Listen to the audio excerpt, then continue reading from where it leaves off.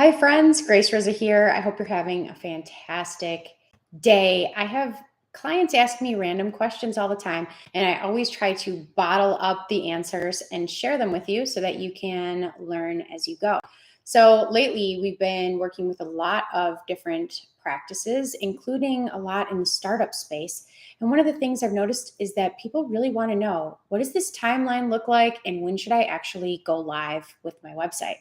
And there are definitely different things to consider. And like I always say, no, there's no one set answer for any practice. Any great advisor, coach, consultant is going to consider your circumstances before spewing out a typical answer. So typically, and I'll start with that, typically the sooner you get the site live, the better. And this is because Google bots will be able to crawl and index the site. And even before you start doing SEO for the site, building backlinks, building that footprint and that presence, Google will recognize the site as an entity in and of itself. And so the sooner you get things rolling, typically the better. Now, I say that word typically is very important to consider here, because if you are associating at a practice down the street or in the next town over and your build out isn't done yet, you haven't told your current employer where you're working that you're going to be starting this practice,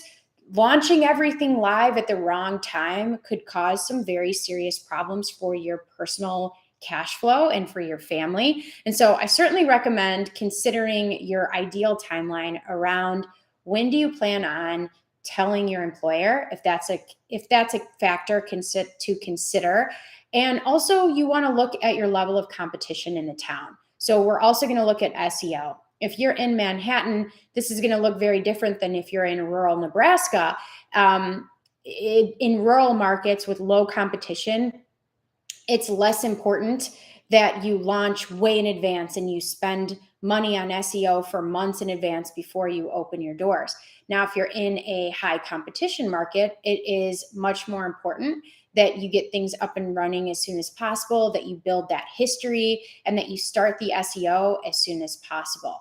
So considering all of those things, I will say the sooner the better. The sooner you can launch the website, the better. Even if your doors aren't open, you can generate a form, you can generate a waiting list, you can have a special offer for the first 100 patients that you see walk through your doors.